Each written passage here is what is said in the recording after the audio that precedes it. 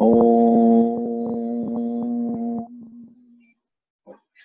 Sadashiva Samarambam Shankaracharya Madhyamam Asmadacharya Paryantam Vande Guru Paramparam Ishvaro Guratmeti Murti Veda Vibhagine Vyomabda Vyapta Dehaya Dakshinamurtaye Namaha Sava Vedanta Siddhanta Gocharam Tamagocharam Govindam Paramanandam Satiguru Pranatoshmaham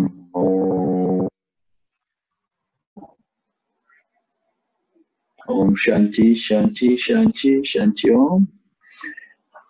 Namastê, bom dia e bem-vindos à nossa classe Anchadasi, domingo, às 10 da manhã. De novo, quem tiver o internet com sinal sustentável, por favor, procurem abrir suas câmeras, né, o vídeo, ver vocês. Uma pequena mudança do nosso programa de hoje, que eu acordei meio cansado, meio tamásico, se bem que agora eu estou começando a melhorar, para me esquentar um pouco, e sugerir que a gente começasse com uma pequena sessão de perguntas e respostas. Naturalmente, se alguém tiver perguntas. Todo mundo com total convicção a respeito das declarações dos Upanishads,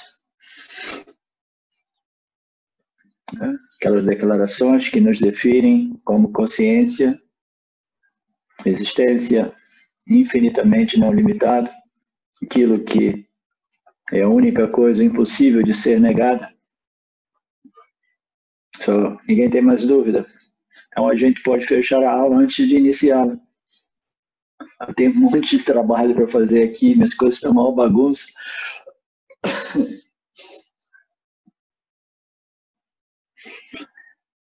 Sasha? Sasha está com a carinha ótima hoje. Bom dia, professor. Vamos fazer uma pergunta, então. Vamos lá.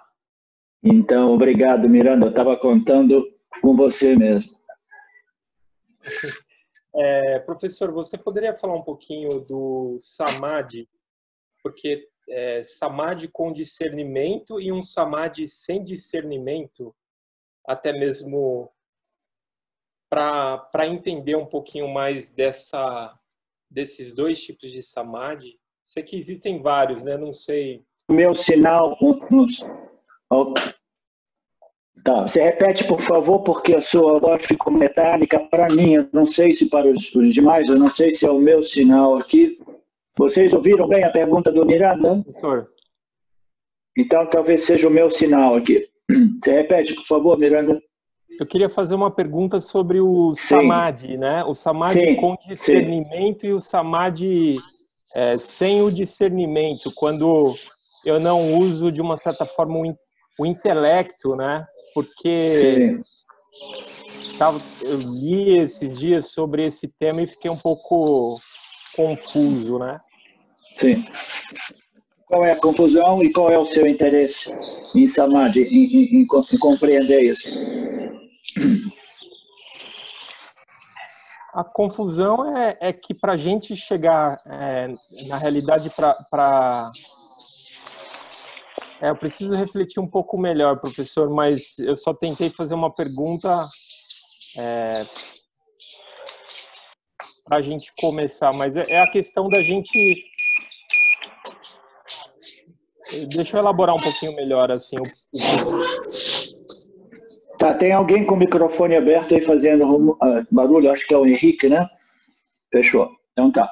Então, você está demonstrando interesse em compreender melhor o que é o Samadhi, né? O que é o Nirvikalpa Samadhi, o que é o Savikalpa Samadhi, o que é o o Sahaja Samadhi. Então, do ponto de vista do Vedanta, Nirvikalpa Samadhi é um estado mental, é um estado de consciência humana, na qual a dualidade sujeito e objeto desaparecem. Então, esse estado no qual essa dualidade colapsa, a gente experimenta todo dia de noite durante o sono profundo. Durante o sono profundo não existe o sujeito, o agente experienciador que projeta o mundo dos sonhos e experiencia os objetos. Então, durante o sono profundo, essa realidade física, material, tangencial, ela desaparece e até mesmo a projeção do mundo dos sonhos, ela desaparece. Então, o Nirvikalpa Samadhi é simplesmente a dissolução da dualidade, o agente sujeito e os objetos experienciados pelo agente. Ok? Então, todo dia nós entramos nesse estado que é maravilhoso. Todos nós amamos esse estado de sono profundo. Todas as nossas preocupações são resolvidas, nossos problemas, etc, etc.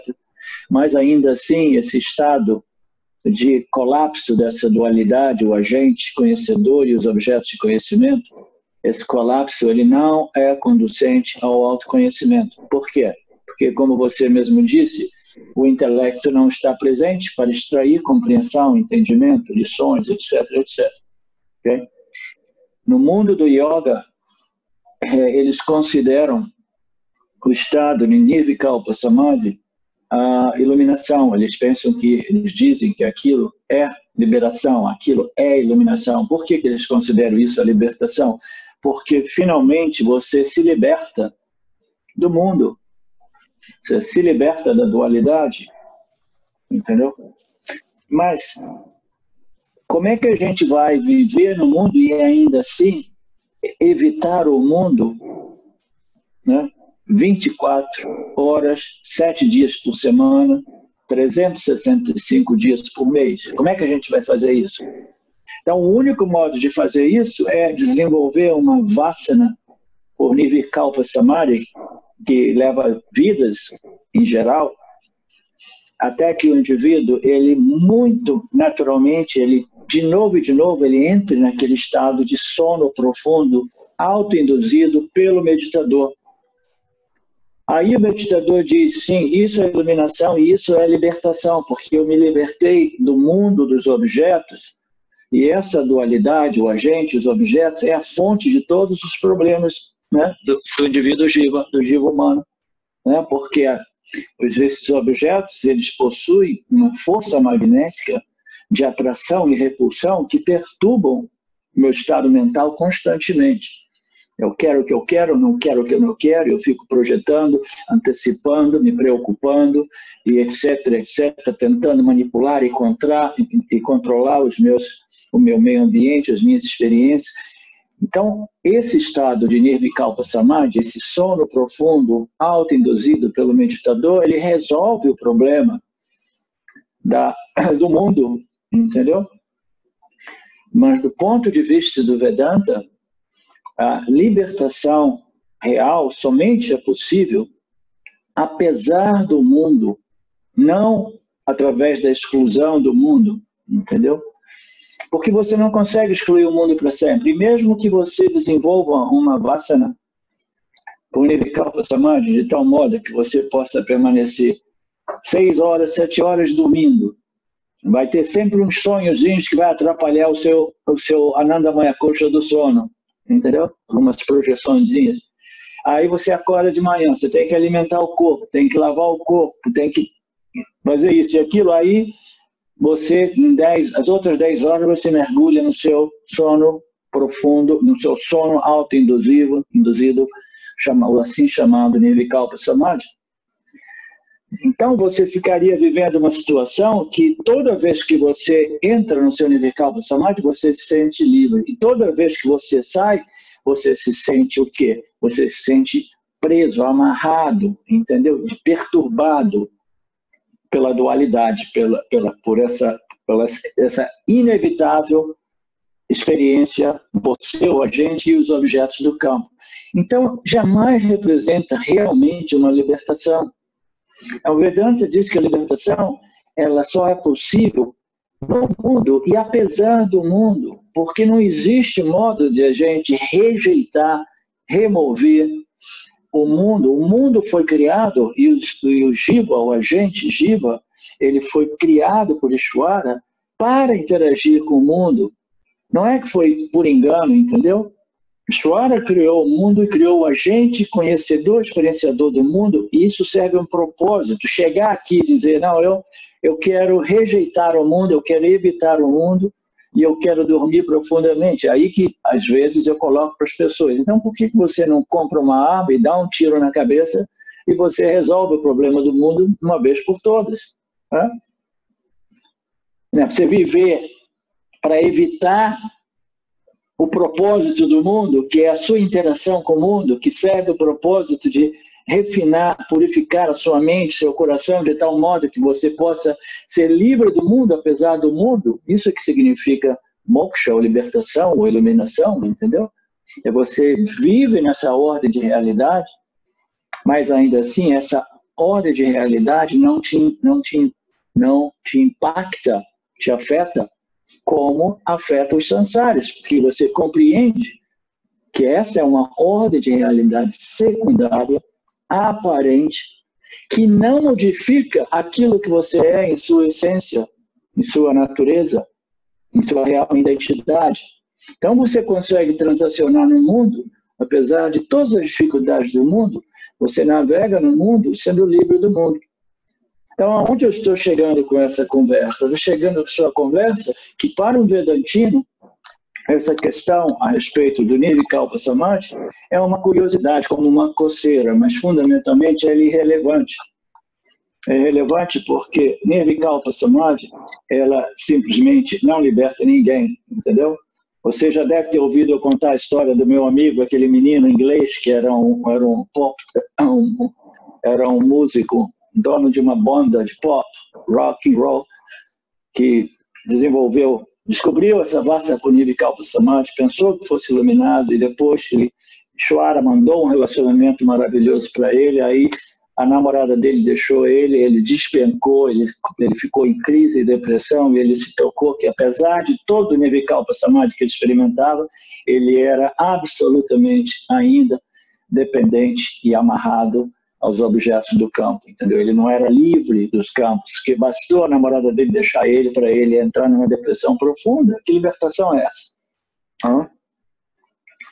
Então, existe, tecnicamente falando, Nirvikalpa Samadhi, que é a experiência na qual o sujeito, o agente, o experienciador desaparece e os objetos aparecem. Tecnicamente, existe um outro tipo de Samadhi, que diz que o agente experienciador permanece, mas todos os objetos do campo desaparecem. E o único Samadhi que realmente nos interessa, como Jnanis, como Vedantinos, é o chamado Sahaja Samadhi. Sahaja Samadhi significa o Samadhi natural, Natural Samadhi.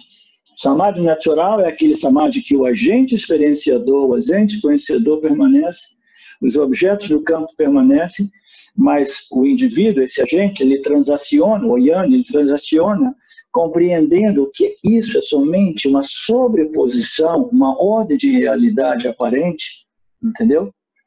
Sobre aquilo que é a minha real natureza, a minha real identidade como Satchitananda, consciência e existência.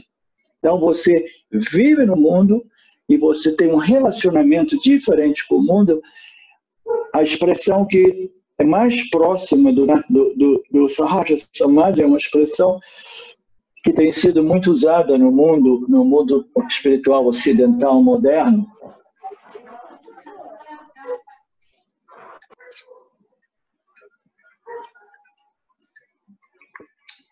Que é uma sensação que também o Sargadatta Maharaj costumava colocar como pura consciência, entendeu? No mundo moderno ele chama assim de presença pura. Então, Sahaja Samadhi é uma sensação de bem-estar, que você permanece, entendeu? Consciente da sua luz, da sua consciência que está iluminando tudo, e os objetos permanecem, o agente permanece, mas você é identificado com essa luz da consciência de tal modo que você transaciona com os objetos e os objetos não te impactam, não te condicionam como antes, entendeu?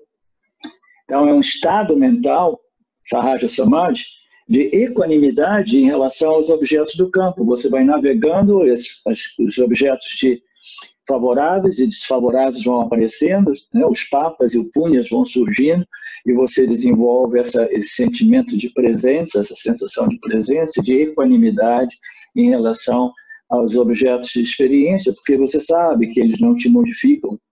Eles podem até modificar na sua mente uma certa extensão, mas o conhecimento da sua real natureza imediatamente neutraliza e reequilibra o seu estado mental, o estado mental do agente que está experimentando o Sahaja Samadhi. Então, do ponto de vista do autoconhecimento, o único Samadhi que nos interessa é o Samadhi decorrente desse autoconhecimento firme, que nos permite essa experiência de equanimidade ou de vairagya, de não apego, não expectativa, despecha, não paixão, né? Então, de modo que a gente pode viver nesse mundo, entendeu? Com essa sensação de shanti, paz, presença, tranquilidade, entendeu? Sem ser impactado, sem aquelas reações emocionais violentas, né? Sem aqueles chiliques, sem aqueles momentos de explosões, sem aqueles momentos de depressão, porque as coisas não estão ocorrendo como eu gostaria. Tá? Então, esse é o Samadhi que nos interessa, e esse Samadhi somente é possível através do conhecimento, não através de uma experiência de remoção dos objetos, entendeu?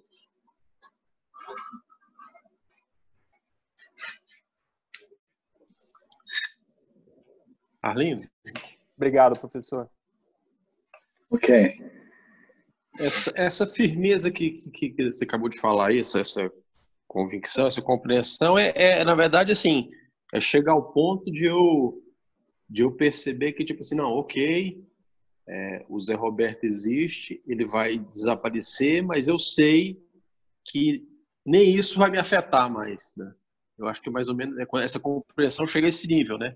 De que, ok, Sim. não interessa se o Zé Roberto vai envelhecer, se ele vai amadurecer, se ele vai morrer, eu tenho a convicção de que eu sou essa consciência que está além do Zé Roberto, que nasceu, cresceu, desenvolveu e vai morrer. Né? Essa firmeza que você fala é isso, né? Sim, esse é a frutificação mais extrema do autoconhecimento. É o autoconhecimento quando ele é muito bem internalizado, né, retido, claro, firme, ele neutraliza esse choque, entendeu? Ou a tristeza, entendeu? Referente à mortalidade do agente. O agente jiva, ele é um objeto e, como todo objeto, ele é um fenômeno temporal, né?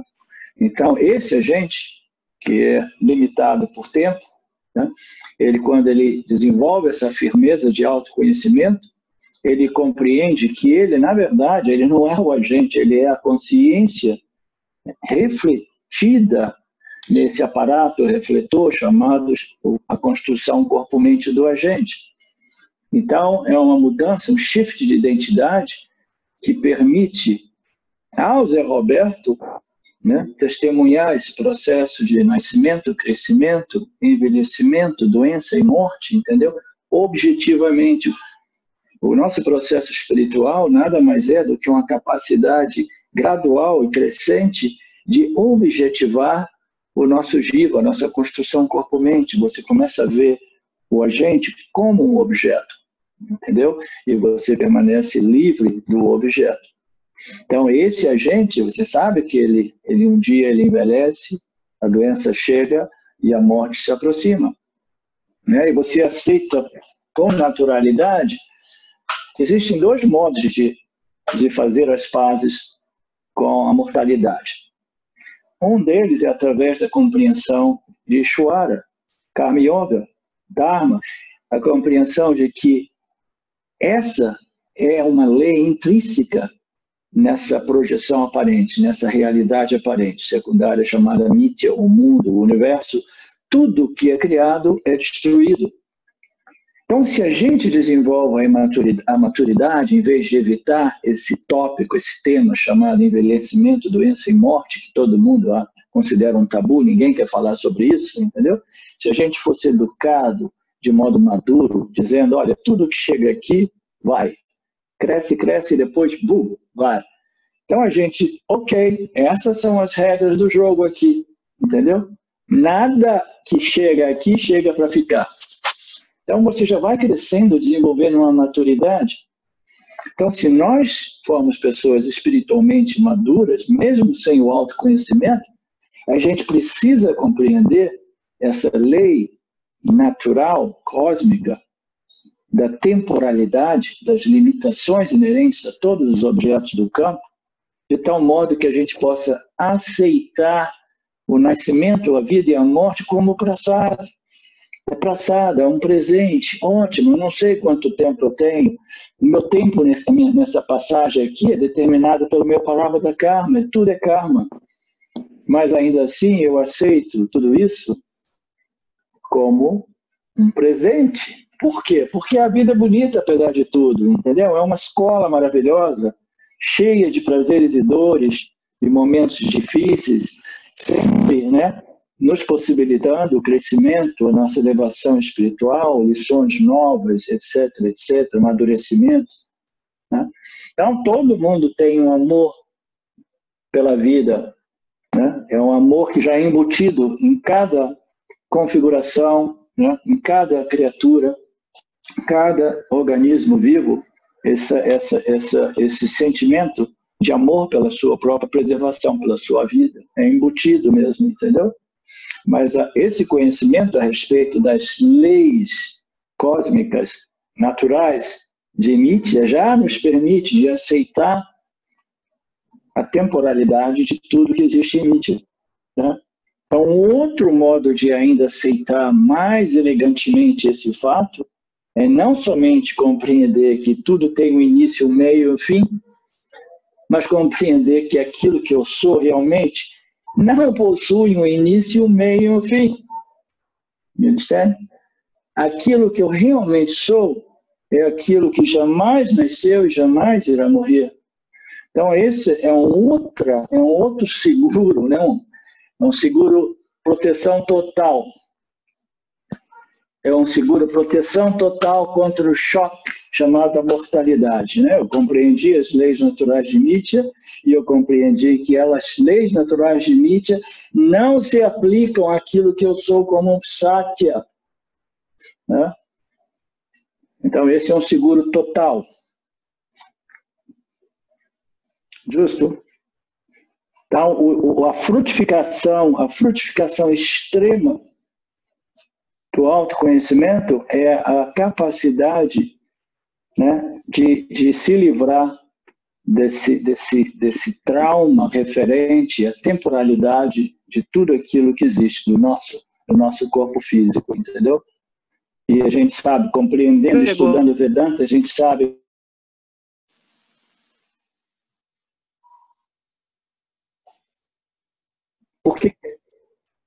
por que ele é eterno, o nosso corpo sutil? Porque quando ele se desprende do corpo físico, o corpo físico ele começa um processo de deterioração, de putrificação, de morte realmente, né? Mas ele sobrevive a cada morte do corpo físico, o nosso corpo sutil sobrevive. E esse corpo sutil, ele vai, né, associado a Maya e o poder de Ishvara, ele vai reconstituir um novo agente, entendeu? Para dar continuidade ao seu processo kármico. Então, até mesmo do ponto de vista do jiva humano, a gente tem um certo conforto quando a gente compreende os ensinamentos védicos, o conforto de saber, esse é o conforto que a cultura indiana desfruta, entendeu? aquela cultura espiritual indiana, eles no ar, é o tecido da sociedade, é o fato de que todos os seres ali vivem eternamente, né? Através de novos nascimentos. Então já reduz essa ansiedade, esse trauma a respeito da mortalidade. Saber que o meu corpo sutil não é sujeito à morte. O corpo físico é, e eu aceito esse fato, essa identificação eu com o corpo físico, o corpo de comida, entendeu? Ele precisa ser gradualmente dissolvido, né? Neutralizado, removido, de modo que a gente se identifique pelo menos com o nosso corpo sutil. Aí eu sei, ok, eu vou ter uma continuidade, né? Mas essa discriminação tem que ir além dessa identificação com o corpo sutil, de tal modo que a gente possa sair da identificação com o corpo sutil para a identificação como a luz da consciência que brilha no corpo sutil. Não. Tudo isso é parte desse processo espiritual nosso que nos conduz a essa libertação, entendeu? A libertação do mundo, apesar do mundo. Porque nem mesmo eu citei que uma pessoa que realmente quer remover o mundo, ela teria a possibilidade do suicídio, mas o suicídio não é uma solução. Porque se você intervenir e destruir a sua vida, né? A cultura védica diz que lá na cultura védica, as pessoas que se suicidam são os únicos casos que eles não celebram a morte do indivíduo, quando eles exportam o indivíduo para o crematório, etc., para fazer toda aquela festa, aquela música, etc. Se a pessoa suicidou, não. É considerado uma morte inferior, entendeu? Porque o indivíduo, ele simplesmente rejeitou o seu próprio karma, como se isso pudesse ser uma solução no seu processo, né? Então, ele rejeitando aquilo, ele vai ter que retornar num outro corpo, na mesma situação, entendeu? Arregaçar as mangas da camisa e começar a processar aquele karma de tal modo que ele possa evoluir, crescer e transcender aquela condição. Então, nem mesmo o suicídio representa uma solução, né?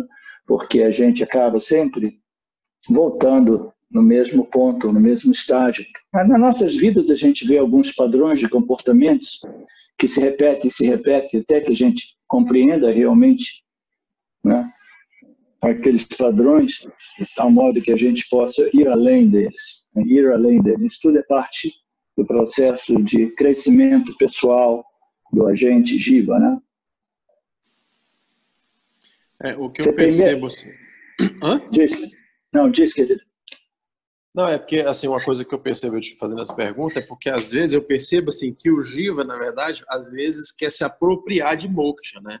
E aí vem a frustração, porque é como se, eu, José Roberto, vou me iluminar, né? Então, assim, parece que eu quero apropriar dessa iluminação. E aí, como o Jiva não é o Jiva que vai, não é o José Roberto que vai iluminar, pelo menos pelo que eu entendo, aí você vê essa frustração, né? Porque o Jiva quer se livrar como é que se diz, dos problemas, se apegando a moksha. Não, eu quero moksha para mim, porque aí eu vou ficar livre de... Eu não sei se você entende bem. Não, isso é um ponto importante, é o que a gente chama de sobreposição de Mithya e Satya, entendeu? A gente quer resolver o problema de Mithya, o problema do Jiva, entendeu? Dizendo que eu, o Jiva, o José Roberto, essa construção corpo-mente, definida por minhas qualidades, meus talentos, meus atributos, isso e aquilo, eu possa realmente ser Brahman, o ilimitado. Não. O José Roberto permanece limitado, definido por suas características, qualidades, propriedades, talentos e possibilidades, seguindo esse processo de envelhecimento, né, em direção à morte, etc, etc. Então, essa constituição, esse agente, ele jamais vai ser realmente ilimitado. Então, a sobreposição de Mithya e Satya é você querer dizer, não, eu quero a libertação e eu quero a imortalidade, E essa libertação e essa imortalidade eu quero para o agente Jiva, entendeu? E o agente Jiva, ele jamais vai poder desfrutar de imortalidade, entendeu? A imortalidade pertence a Satya, que é a nossa real natureza. Então, a única saída, o elixir da imortalidade, só é possível, esse néctar, existem tantos textos e escrituras bonitos, lindos, maravilhosos, poéticos sobre esse elixir da imortalidade.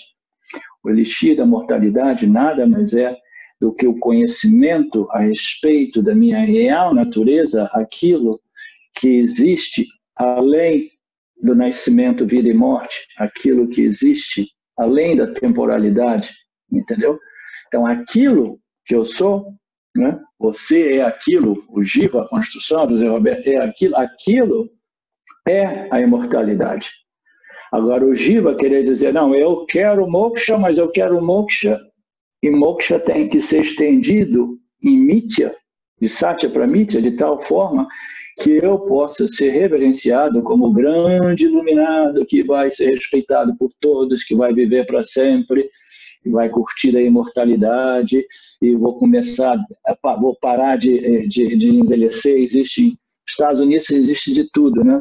Existe uma escola lá que eu conheci quando eu morei nos Estados Unidos, que promete até mesmo que você consegue paralisar o processo de envelhecimento e viver eternamente, entendeu? Naturalmente, assim, é cheio de clientes, e a dona dessa escola é multimilionária, vendendo promessas falsas, entendeu? Então, o Jiva, quando ele nasce, ele já começa a morrer. A única possibilidade de libertação e de imortalidade é através da compreensão daquilo que é a sua essência fundamental, a sua natureza, que é o princípio além da temporalidade, entendeu? Então, você é eterno como que você é eterno? Como Satya. Tá? Aí você não pode apegar esses atributos de Satya, que é a imortalidade, e sobrepor em Mitya. Por isso que a gente chama de mútuo, é sobreposição mútua de Satya e Mitya, entendeu? Você não pode dizer assim, não, então eu sou Satya, então eu vou pegar o Satya, eu vou projetar em Mitya, eu quero que aquele atributo que pertence a Satya seja também aplicável em Mitya. Não. Mitya é uma subordem de realidade dessa realidade única chamada Satya. É simplesmente uma aparência, né? E tudo que é aparente existe, permanece por um período de tempo e depois é destruído, né? Essa questão sua é uma questão que você apresentou já algumas vezes e é uma questão de todos nós, porque todos nós gostaríamos de viver eternamente como Jivas. Quem é que não gostaria de viver eternamente como Jivas? A Estela não. Olha só, a Estela não. Então, a maioria das pessoas diz assim, putz, se eu resolvo a minha mente com autoconhecimento, se eu começo a viver, né, naquela energia de paz, shanti, equanimidade, curtindo isso e aquilo, então, apesar das dificuldades da vida, etc., eu gostaria de viver para sempre. Por quê? Porque life is beautiful. Eu sei apreciar a vida. Né? Eu desenvolvi os olhos que conseguem apreciar a beleza de Mitya. Vocês lembram daquela passagem de Abhedananda? Abhedananda foi o último guru de James Schwartz. Né? James descreve ele como a pessoa mais pura, mais linda. Ele era um Bhakta, era um Yani Bhakta, que é a coisa difícil, entendeu? Um devoto de Ishvara e ainda assim totalmente, inteiramente Yani, totalmente, né, consciente, né, da sua real natureza como Satya. E ele, quando estava para deixar o corpo, na idade de 82 ou 83 anos, alguns dos seus discípulos perguntaram a ele, falaram assim, Guruji, Swamiji, você está para deixar esse plano aqui e você gostaria de permanecer um pouco mais? Ah, sim, se pudesse eu permaneceria. É mesmo, Guruji, mas que estranho, você é um Mahatma, ainda com um pouco de apego por essa coisa irreal que é esse Mitya, né? Você gostaria de voltar no outro nascimento? Ele falou, lógico. Eu falei, poxa, você está morrendo agora e está me decepcionando, Guruji, porque você está, né? Parece que você tem um apego ao mundo, mas para que você gostaria de voltar de novo? Ele dizia assim, só para cantar o nome do Senhor de novo e de novo, entendeu? Just to chant the name of the Lord again and again. Thank you, Lord. Thank you, Lord. You're so beautiful. Just to do my puja, to do my kirtan, just to chant the name of the Lord. Então, muitas pessoas têm um apreço muito grande por Mitya, por essa manifestação, e eles dizem assim, não, se eu pudesse, mas o Jnani é aquele que compreende que a imortalidade pertence somente a Satya, a imortalidade não pertence a Mitya, portanto, ele aceita, né, essa transição. E o conceito de libertação do ponto de vista da alma do jiva, do agente, é aquela de um indivíduo que é tão completamente firme em seu autoconhecimento, de tal modo que os seus apegos e desejos e medos foram dissolvidos, que essa alma já não retorna sobre o account, sobre, como se diz, under the account. Ela não retornaria por conta do seu karma pessoal, entendeu? É o exemplo do rio, né, se dissolvendo no oceano de consciência de Brahman. O que nos mantém como uma alma individual são as nossas vasanas, são os nossos desejos, as nossas ambições, os nossos medos, as coisas que nós ainda queremos realizar, completar, resolver, coisas mal resolvidas, incompletas, associações e apegos com coisas, pessoas, situações. Então, são essas energias que nos trazem de volta a um outro ciclo de nascimento, vida, morte, né? Então, a libertação, do ponto de vista da alma do Zé Roberto, é aquela quando ele deixa esse mundo dizendo assim, o meu karma está completo, entendeu? Eu já não tenho mais nenhum desejo ou necessidade de voltar, muito embora, como a Vedananda disse, né? Não, se eu tiver oportunidade, eu gostaria assim, só para, né, chanting the name of the Lord again and again. Como é que se diz? Chanting the name of the Lord? Cantar o nome de Deus? Do Lord, do Senhor. Louvar a Deus. O Alex, que era o meu assistente, me abandonou aqui. Arlindo, é o seguinte. O seu microfone... Agora que eu aqueci minhas turbinas um pouco, a gente pode entrar no texto, a menos que alguém tenha uma outra questão. Certo. Dado o fato que o jiva, o sujeito, o indivíduo, interrompe a vida no desejo de cessar as vasanas que causam... certo. Dado esse desejo está no corpo causal, e esse sujeito traz essa vasana de Yeshwara. Esse ciclo, como é que fica esse processo? Ele interrompe porque você disse que ele volta para continuar novamente. Esse processo fica sempre repetido, às vezes, e assim, dado que ele traz esse desejo de interrupção da vida inconsciente, ele tem que trazer a consciência de que essa vasana pode estar lá no corpo causal e ele tem que trabalhar para superar. Sim. A pessoa precisa de desenvolver a maturidade suficiente para arregaçar as mangas da camisa e trabalhar o seu karma, entendeu? Então, você tentar uma via de saída, né?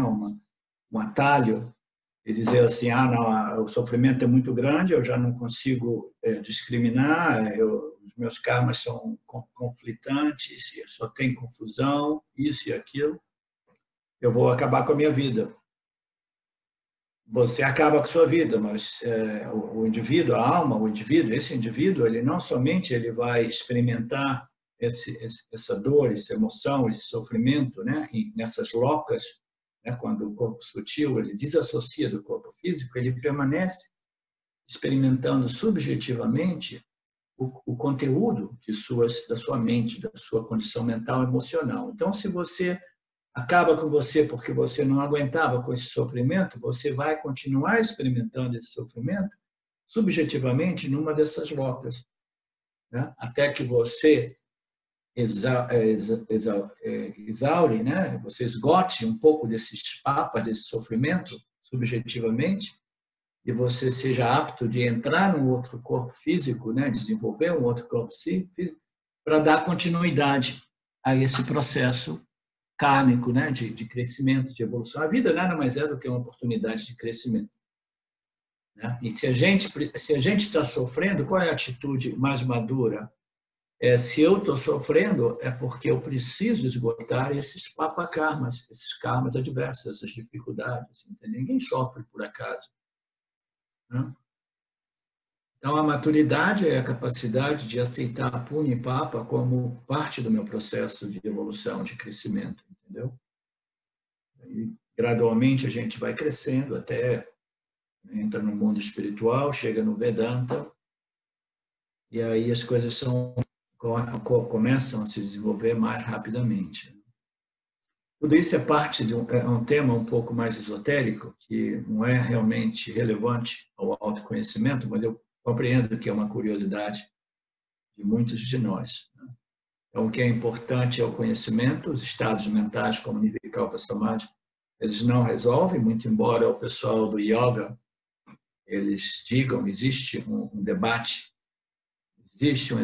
eterno entre o mundo da experiência e o mundo do conhecimento, o mundo dos yanis e o mundo dos yogis. Os yogis dizem que Nirvikalpa Samadhi é o maior purificador da mente. E os yanis dizem que o conhecimento é o maior purificador da mente. Então, o Nirvikalpa Samadhi é um grande purificador, por quê?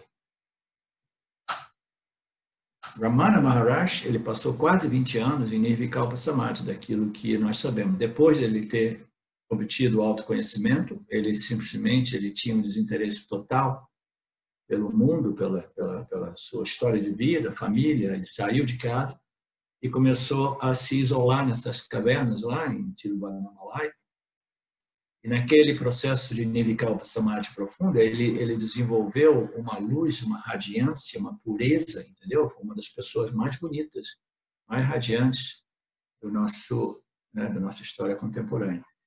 Então, é um grande purificador, mas o que ocorre, o problema da purificação através do Nirvikalpa. E por que o Nirvikalpa Samadhi purifica? Porque quando você não engaja, não energiza, não se relaciona com aquelas vassanas, as vassanas, elas gradualmente, elas vão desaparecendo. Porque o que as mantém, isso vai em conexão com o que você tinha dito. As vassanas, o que a gente reforça essas vassanas através do nosso relacionamento com aquelas tendências, e aí a gente vai, né, abraçá-las, a gente vai energizá-las, a gente vai alimentá-las e elas vão crescendo, vão crescendo. Então, uma pessoa que começa a praticar o Nirvikalpa Samadhi, né, uma vassana monstruosa por Nirvikalpa Samadhi, o que ocorre com as suas vassanas? As vassanas do mundo, as vassanas por objetos, por sexo, comida, poder, prestígio, fama, tudo isso, entendeu? O que ocorre com aquelas vassanas? Elas vão morrendo através de um processo que eu costumo chamar de um processo de uma dieta de total starvation, de fome, uma dieta de fome, entendeu? A pessoa que quer morrer, ela entra numa dieta de fome. Você tem que submeter as suas vassanas a uma dieta de fome. E o Nirvikalpa Samadhi é o melhor método. Mas qual é o problema? Você pode desenvolver uma mente, né, com essa capacidade de Nirvikalpa Samadhi, você pode purificá-la, mas ainda assim você permanece naquela condição que nós, que o Vedanta chama de stuck in sattva. Stuck in sattva é preso, amarrado em sattva. Por quê? Porque você desenvolveu a compreensão de que pureza mental é a iluminação, entendeu? Que Nirvikalpa Samadhi é a iluminação, entendeu? Mas não. A iluminação é um conhecimento firme, claro e sempre presente a respeito daquilo que é a sua real identidade / natureza. Não é um estado de purificação mental, entendeu? Não é um estado de vacuidade, não é um estado de Nirvikalpa Samadhi. Todos esses estados eles são em constante modificação. Você pode desenvolver muita purificação mental numa vida, entendeu? E no momento que você suspende os seus esforços, de repente, na vida seguinte, entendeu? Você começa a desenvolver impuridades novamente, impurificações, vasanas, tendências. Eu gostaria disso, eu quero isso, eu quero aquilo, cansei de Nirvikalpa Samadhi, agora eu quero sexo, eu quero isso, entendeu? Então, a única libertação é a libertação através da compreensão daquilo que nós somos. E essas vasanas, elas precisam ser neutralizadas, e o Vedanta diz, você não precisa de neutralizar e cancelar todas as suas vasanas. A ideia de que você precisa eliminar todas as suas vasanas é um grande engano que existe no mundo espiritual devido a essas noções do yoga, entendeu? Do budismo também. Então, você tem que acabar com todas as vasanas. Não, no Vedanta a gente diz que você precisa de equilibrar ou neutralizar aquelas vasanas mais perturbantes, disturbantes, entendeu? Aquelas vasanas, né? Mais tamásicas, principalmente, algumas vasanas rajásicas. Então, você precisa de um pouco de purificação, um pouco mais de desenvolvimento de sattva, de tal modo que o seu trabalho de shravana, manana e nididhyasa possa produzir frutos, né? Gerar frutos, frutificar. Você precisa de uma mente relativamente purificada.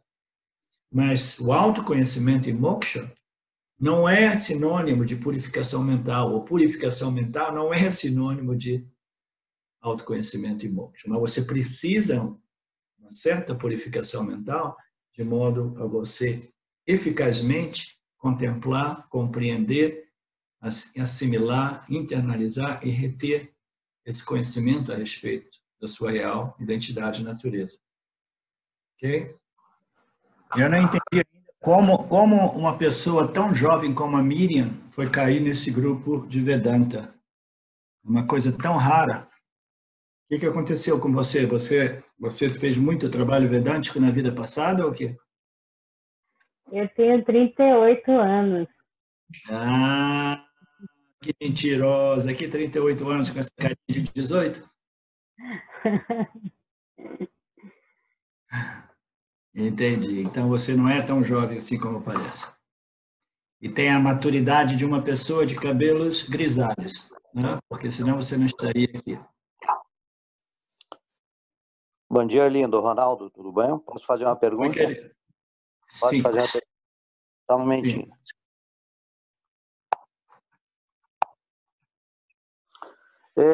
Eu estava aqui contemplando sobre a teoria de Shidabhasa, né? O reflexo. Sim. E o que eu notei experiencialmente? Você consegue detectar dois fatores. Um é constante... Fale eu. Eu prefiro que as pessoas falem eu. Eu sei que é uma mania brasileira dizer você. Tá, eu estava... Então, experiencialmente, eu consigo detectar dois fatores. Um é variável e o outro é constante, ok? Experiencialmente. Isso, experiencialmente. O fator constante, para mim, é a consciência testemunha, a qual é invariável, não afetada e sempre presente. O outro fator são os vritis, que variam constantemente, ok? Eu estou lendo aqui que eu tinha feito essa pergunta para você, mas acho que você não conseguiu responder no WhatsApp, tá? Como o corpo sutil é um meio refletor e está sujeito a variações em função das proporções de sattva, e a consciência original não pode ser experimentada sem esse meio reflexivo, como podemos ter um fator variável em um corpo sutil meio variável? Como que podemos ter um fator não variável em um corpo sutil meio variável? Sei que a teoria de Shidabasa é uma ferramenta e que apenas aponta para a realidade. Está claro que não sou o reflexo, mas a testemunha imutável. Mas gostaria de ampliar, eu queria ampliar essa discriminação. Ou seja, o corpo sutil ele é variável em função das proporções que eu tenho de Raja, Sattva e Tamas. Mas tem um pano de fundo que é imutável. Como que esse pano de fundo imutável pode estar nesse meio que é reflexivo e é mutável? Não sei se eu estou conseguindo explicar. Não, eu entendi. Eu já tinha entendido no início da sua questão. É uma questão recorrente sua, né? E essa é uma questão muito chave, né? Porque ela distingue a experiência do conhecimento. Então, você inicia dizendo que o Chidabasa, que literalmente significa consciência refletida, né? Que é o Jiva, que funciona, que fundamentalmente é consciência original, ele aparece como uma consciência refletida, né? E essa consciência original, você disse, que pode ser experienciada pelo Jiva em seu aspecto variável e o seu aspecto invariável permanente. Isso. Então, a confusão aí é uma confusão referência a essa distinção entre conhecimento e experiência. Porque o aspecto da nossa existência, consciência, esse princípio, é um princípio testemunha não experiencial. É um princípio que não experiencia. E o Jiva, ele só consegue experienciar o reflexo da consciência original na mente, no corpo sutil dele. Okay? Portanto, essa noção sua de que você experiencia dois aspectos da consciência, um é o variável e o outro é aquele invariável, sempre o mesmo, é uma confusão muito, muito comum, entendeu? Porque o autoconhecimento ele só é possível através do conhecimento, da compreensão. Eu costumo dizer que o autoconhecimento é feito de conhecimento puro. Tá? A experiência ela pertence à mitya, pertence ao agente jiva. Então, o agente ele vai desfrutar dessa experiência referente à minha real natureza como um reflexo daquilo que eu sou na minha mente, no meu intelecto extremamente sutil. Então, qual é o barato que dá? Dá aquele barato chamado Shakti, dá aquele barato chamado bliss, né? Paz, êxtase, contentamento, tranquilidade, equanimidade. Então, tudo isso nada mais é do que eu, a consciência, brilhando no meu intelecto satívico. Então, eu experiencio alguns desses aspectos que são inerentes à minha consciência original. O agente jamais consegue experienciar esse princípio imutável chamado consciência original. É por isso que a gente diz, os Upanishads dizem que a consciência, a existência que nós somos, não é um objeto de conhecimento e não é um objeto de experiência. Então, não é um objeto de experiência, é mais fácil de compreender. Eu não posso experienciar aquilo que eu sou realmente, porque eu sou a essência do agente experienciador. Como o agente experienciador irá experienciar a sua essência? Impossível. Se tratam de duas ordens de realidade, ok? Mas o agente experienciador, o Jiva, ele pode experienciar o reflexo da consciência original em seu intelecto sutil, o seu intelecto sutilizado, satificado, digamos assim, ok? A única experiência que a gente pode... Essa questão recorrente sua, Ronaldo, é de novo uma tentativa sua de ainda assim experienciar o ser. E os Upanishads dizem, repetem categoricamente, que o ser não somente não é um objeto de experiência, mas ele nem mesmo é um objeto de conhecimento. O que isso significa dizer? Que você não pode conhecer o ser objetivamente, você só pode conhecer o ser como o ser em sua real, entendeu? Subjetividade. assim por dizer. Entendeu? Aquilo que nós somos é o sujeito absoluto, que não pode ser objetivado pelo agente. O agente ele pode objetivar e experienciar o reflexo da minha consciência na minha mente. Entendeu? Portanto, não existe, você vai precisar revisitar essas noções experienciais suas, José Roberto, até você compreender a distinção entre conhecimento e experiência, porque o autoconhecimento é feito de compreensão pura, de conhecimento puro, porque aquilo que nós somos não é um objeto de experiência. Ah, não, mas eu quero experienciar aquilo que eu sou, eu não aceito, não aceito, não aceito. Eu preciso de uma experiência de modo que eu tenha certeza absoluta. Então, isso é o impedimento mais fundamental para a nossa libertação. Essa tendência de querer experienciar aquilo que é experienciável, inexperienciável. Porque é a luz que revela e ilumina todos os objetos de experiência. Ela ilumina a mente do agente experienciador, ilumina o campo de experiência do experienciador, e tudo isso depende dessa consciência que é impossível de ser experienciada, é impossível de ser conhecida como um objeto de conhecimento, mas ainda assim ela pode ser conhecida através da compreensão de que essa consciência é o que eu sou. Aham Brahmasmi.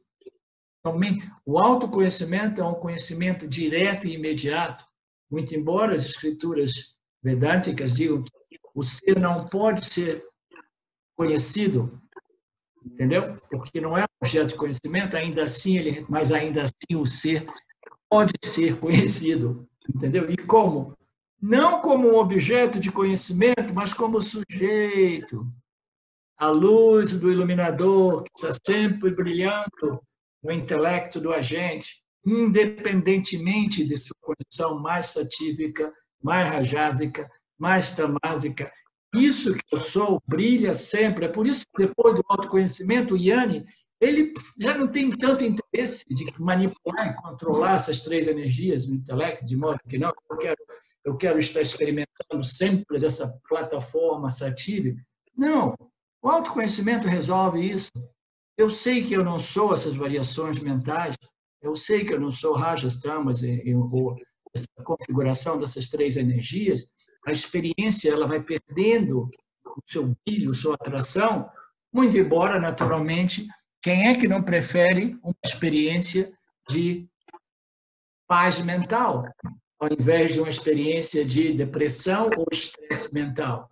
Todos nós, né, que somos pessoas não masoquistas, né, pessoas sanas psicologicamente, todos nós diríamos, não, eu prefiro a experiência de chante, de clareza. Tem um microfone muito aberto aí, entendeu? Fazendo barulho. Então, é natural que a gente tenha as nossas preferências, mas o importante é compreender que o autoconhecimento, Ronaldo, é o conhecimento de que eu sou a luz, eu não sou nenhuma das minhas condições mentais.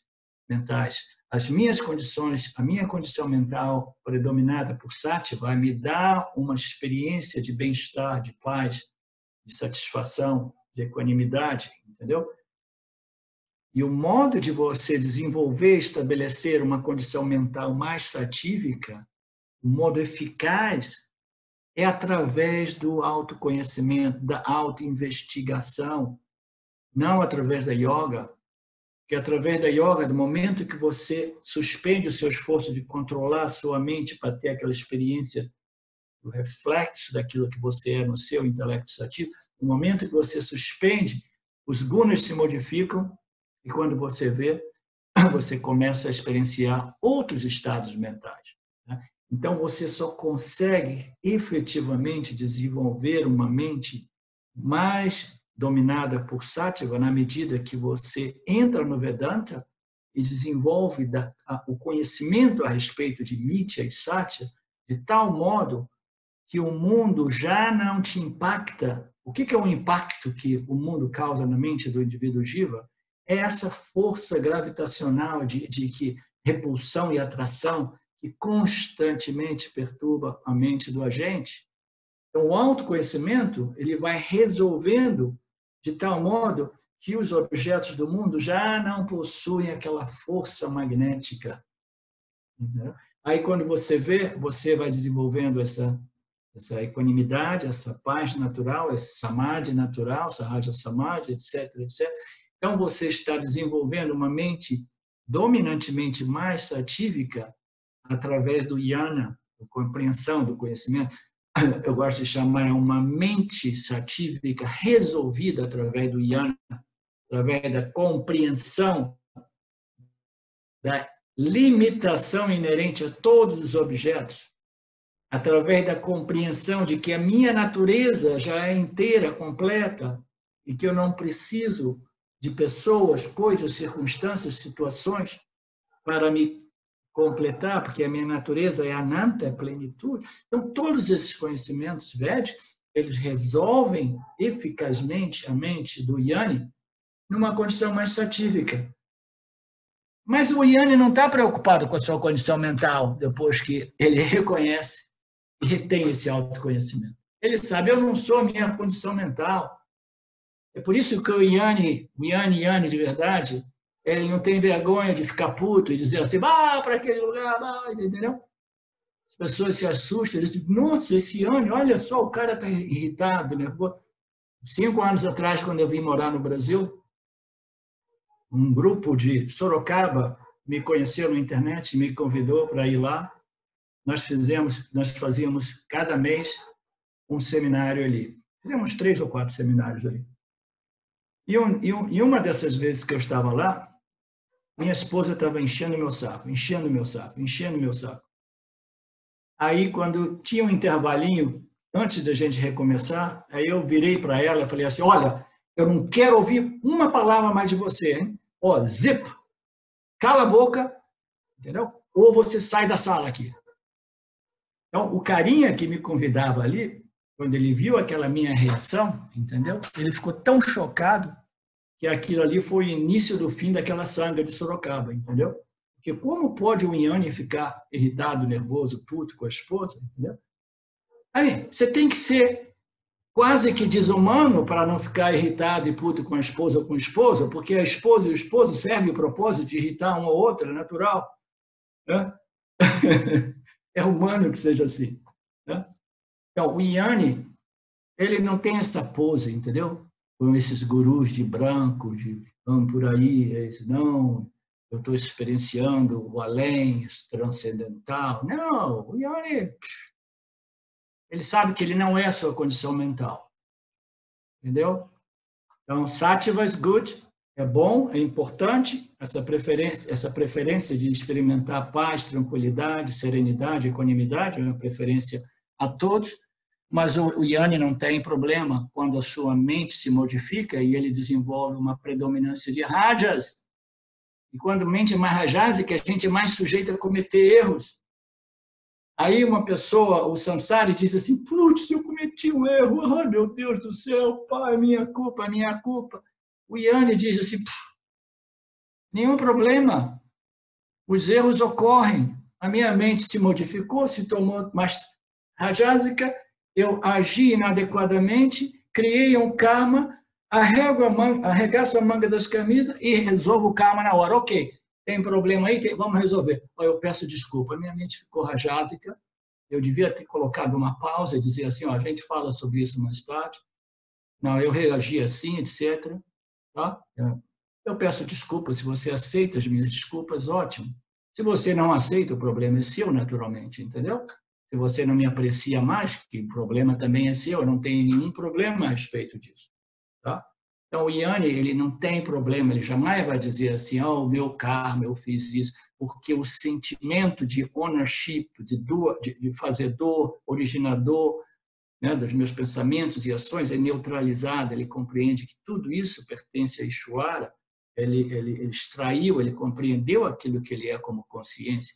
Ainda assim, ele se mantém na linha, seguindo essas leis cósmicas naturais, o famoso Dharma, vivendo em harmonia com os outros, mas sabendo que as variações mentais podem gerar momentos de aquelas vaciladas, quando uma pessoa fala o que não devia falar, ou faz uma coisa que não é o mais apropriado, como eu fiz em Sorocaba, dizendo para minha esposa, você cala a boca, você não fala mais. Entendeu? Vocês entendem? Eu não sei por que nós estamos falando disso. Eu nem lembro mais qual foi a pergunta e quem é que fez a última pergunta. Ah, foi o Ronaldo José. Você entendeu, Ronaldo José? É uma distinção muito sutil entre experiência e conhecimento. O ser não pode ser experienciado. A gente só pode experienciar o reflexo, e esse reflexo brilha sempre. Ele brilha até na mente rajásica, quando o Yanni fica puto. É sempre a consciência brilhando. Entendeu? Quando você sabe que você é a consciência, esse conhecimento é sempre presente. E você já não se identifica com as condições mentais, que é parte dessa construção inerente, dessa construção corpulente. Na realidade, Arlindo, isso está muito claro para mim. Eu vou tentar elaborar depois, não agora, porque você não toma muito tempo. Eu vou tentar elaborar essa pergunta de uma forma diferente, que talvez essa minha... É uma dúvida mais, vamos chamar assim, técnica, tá? Tá clara essa questão da consciência, mas olha, eu não consegui colocar... Você já elaborou essa pergunta diversas vezes, e a pergunta é sempre a mesma, e a minha resposta tem sido sempre a mesma. É questão de você compreender e desenvolver um total valor pelo conhecimento, porque o autoconhecimento é feito de conhecimento puro. Quando você sabe, entendeu? E aquilo que nós somos não pode ser experienciado, somente o reflexo daquilo na nossa mente, entendeu? Então, a gente precisa desenvolver essa compreensão e esse valor pelo conhecimento Jnana, de tal modo que a gente seja totalmente resolvido, né, sabendo que o que eu sou somente é possível através da compreensão do conhecimento da minha real natureza, ok? E que jamais pode ser experienciado. Quando eu digo que existe um elemento de experiência através do autoconhecimento, esse elemento experiencial nada mais é do que a experiência nova do Yanni em referência aos objetos do campo. O Yanni desenvolve um relacionamento novo com o campo, isso significa que a experiência dele com os objetos do campo se modifica, mas o ser não é um objeto de experiência, o autoconhecimento não é autoexperiência. Por isso que na linguagem sânscrita e no inglês, autoconhecimento não é denominado como autoexperiência, self-experience, é self-knowledge, é o conhecimento a respeito da nossa subjetividade. Mas você fique à vontade de reelaborar essa questão e o meu convite para você é de você examinar as minhas respostas, entendeu? E meditar e contemplar nelas, até que você compreenda que o ser ele jamais pode ser experienciado como um objeto, como uma sensação, como um êxtase, como um fenômeno permanente. Não, não é. Essas são noções que vêm principalmente do budismo, entendeu? E eu sei que permanece um pouco confuso, né, na mente da maioria de nós que navegamos, né, através desse mundo espiritual. Então, que horas são? 11h21. 11h21. Então, vamos entrar um pouco no texto para dizer que nós não progredimos, ou alguém tem uma pergunta de vida ou morte. Cardoso, o que você está fazendo com essa máscara, querido? Você está no shopping center? É? Eu estou sim, Arlindo. Estou, como sempre, né? Estou aqui, ó. Estabelecimento comercial. Entendi. Nossa, aí estou cumprindo meu karma aqui, cumprindo meu karma. É um super rajo, mas pelo menos hoje você conseguiu sentar durante a classe, né? Não, mas pô, tá de uma aula, tá maravilhosa. Muito obrigado, hein? Está se movendo ou não, né? Então tá.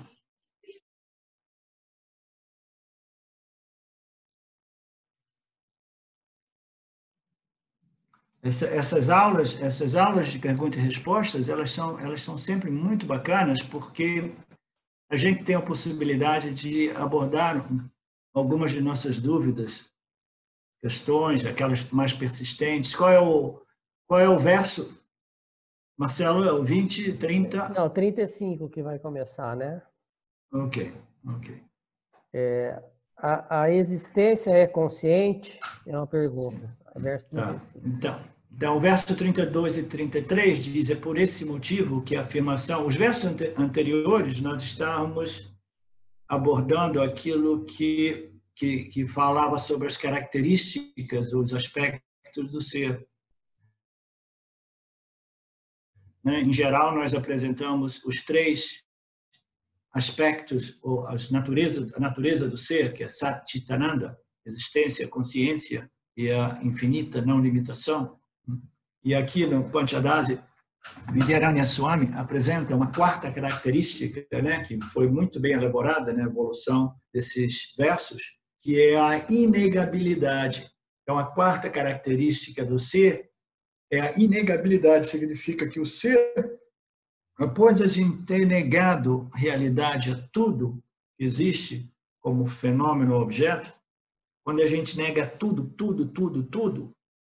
e aí a gente aparece como se, agora eu estou aqui no meio do vazio. Né? Tem um desses versos anteriores que dizia, se você pensa que agora você está experienciando o vazio, isso significa dizer que você está experienciando você mesmo, você está chamando você de vazio.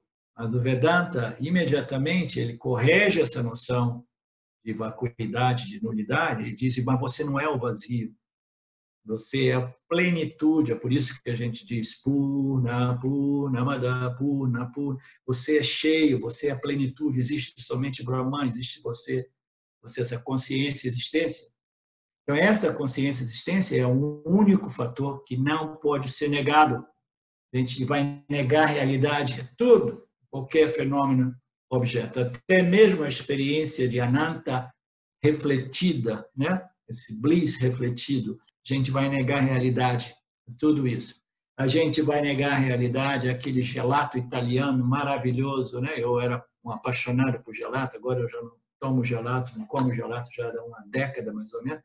Então, a gente vai negar a realidade a tantos outros objetos, experiências que são adoráveis, mas ainda assim a gente precisa negar a realidade, porque se a gente manter qualquer associação de realidade com os objetos, aí a gente está amarrado no samsara, aí a gente está dependente do samsara.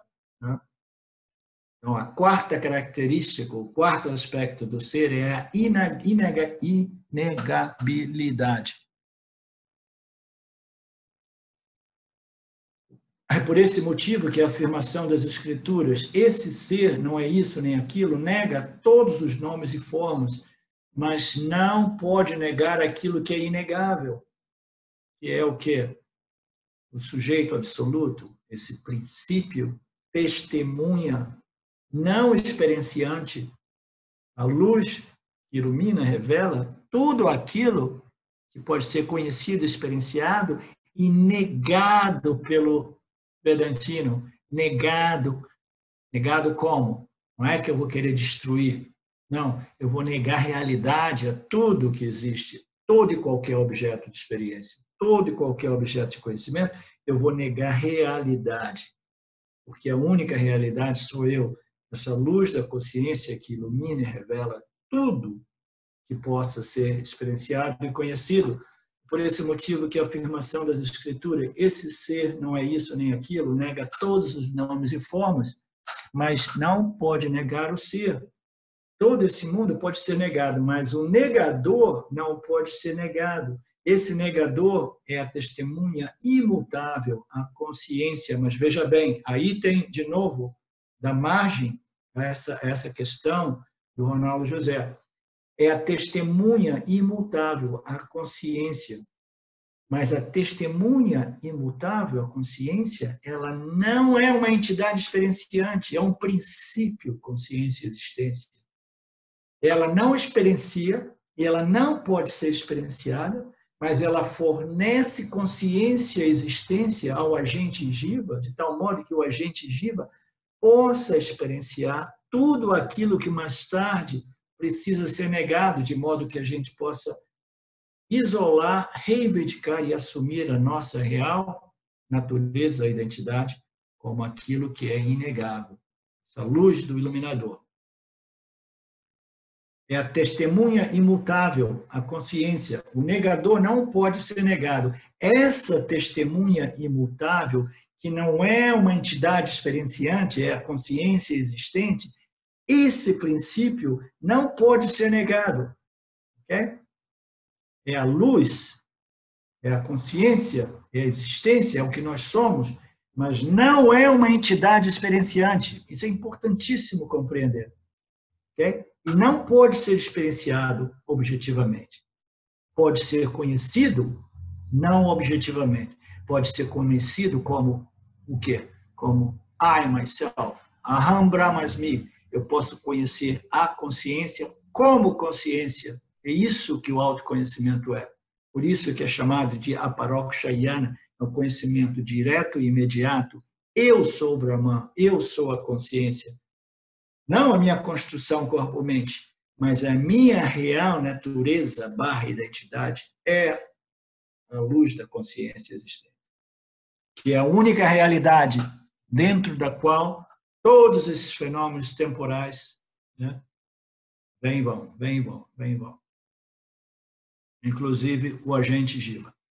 O ser não é um agente, de novo, José Roberto ali embaixo está dizendo, o ser não é um agente experienciador. Por isso, em realidade, ele não nega, não é o agente, o ser, mas ele propicia, né, essa consciência ao Jiva, ao agente, né, essa consciência refletida. O Jiva é a consciência refletida. Então, ele propicia, ele fornece essa consciência ao agente, que torna possível que o conhecimento do ser, a minha real natureza, que esse conhecimento do ser possa cancelar a minha ignorância do ser. Essa passagem é linda, maravilhosa. O ser não é um agente, mas ele reflete no corpo sutil do agente e propicia ao agente o conhecimento a respeito de sua real natureza, que serve o propósito de cancelar a sua ignorância. O que é essa ignorância? Eu sou o corpo, eu sou a mente. Entendeu? Então, esse ser não é um agente, mas ele concede a sua existência, consciência ao Jiva, ao agente, de tal modo que o Jiva, em Mitya, ele possa extrair a compreensão a respeito de Satya. Esse conhecimento somente é possível em Mitya, no intelecto do agente.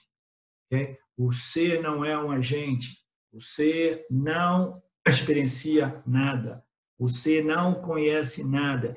Ele concede existência, conhecimento ao agente, de tal modo que o agente, em seu devido tempo, em seu processo de evolução, ele começa a introspectar até que ele queira compreender o que ele é, o que eu sou, o que é isso, o que é essa luz. Será que eu sou realmente o corpo? Será que eu sou as minhas noções, minhas memórias, minha história de vida? Será que eu sou as minhas emoções e sentimentos? O que eu sou? Essa questão fundamental, ela nasce muito raramente no intelecto de raríssimos indivíduos, entendeu? Muito raro. É isso que nos traz ao Vedanta. O que é a ilimitação? A ilimitação é Anantam, ilimitação. Existem 3 tipos de limitação. Isso nós cobrimos até mesmo um pouco na nossa aula de ontem. A limitação do espaço, a limitação, esse paradigma espaço-tempo é limitante. Né? Quando a gente entra nesse paradigma, quando a gente se identifica com o nosso corpo-mente, quando a gente é identificado com essa construção, com esse corpo físico, imediatamente, bim, né? A dimensão espaço-tempo é projetada. Por quê? Porque eu vejo os outros objetos como separados e distantes de mim. Tempo e espaço são os 2 nomes do mesmo fenômeno. Né? Eu requer um certo tempo para mim chegar àquele outro objeto, ou eu posso medir essa temporalidade, né, de localização para mim daqui para lá, eu posso medir em termos de linearidade de espaço. Né? Eu posso dizer, Rio de Janeiro está a 5 horas de São Paulo, ou eu posso dizer que Rio de Janeiro está 400 quilômetros de São Paulo. Né? Se eu for dirigir dentro daquele limite, naquela velocidade média, eu vou dizer que não. Qual é o tempo? São 5 horas. Qual é o espaço? São 5 horas, a mesma coisa. 400 quilômetros. Né? Então, existem 3 tipos de limitação. Essa limitação ela ocorre a partir da nossa identificação no corpo, como corpo. Os outros objetos eles aparecem como separados de nós. Imediatamente nós estamos nessa dimensão tempo-espaço e nós nos sentimos limitados, porque eu gostaria tantíssimo de acabar essa aula aqui e imediatamente estar no Rio de Janeiro visitando com meu irmão e meu pai. Entendeu? Passar essa tarde de hoje com meu irmão e meu pai. Meu pai, 91 anos, está lá esperando por mim, eu não sei como é que eu vou chegar lá, quando eu vou chegar lá, eu tenho os meus compromissos aqui, etc. É uma viagem difícil, porque eles estão lá, estão em Macaé, não é nem mesmo no Rio de Janeiro. Então, se eu não fosse limitado por espaço, eu dizia assim, ok, a gente termina daqui a pouco, e pim, eu apareço na casa do meu irmão, passar a tarde com o velho, meu irmão. Eu sou limitado por espaço, eu estou limitado pelo tempo, eu não posso voltar para trás e corrigir uma ação passada, entendeu? Eu não posso, não, deixa eu voltar para essa manhã porque eu quero modificar um pouco a minha linha do tempo. A gente vê em alguns filmes, né? O cara vai para trás, aí ele pega uma outra linha do tempo, ele apresenta uma resposta, uma ação diferente, e aí o cara, ele muda o curso da vida dele. Não, nós somos limitados pelo tempo, e nós somos limitados pelo tempo do ponto de vista que a maioria de nós gostaríamos de viver, pelo menos, meu pai gostaria de viver agora 100 anos. Então, tem pessoas que gostariam de viver 200 anos, pessoas que gostariam de viver para sempre. Não, mas a temporalidade é alguma coisa embutida nessa projeção aparente.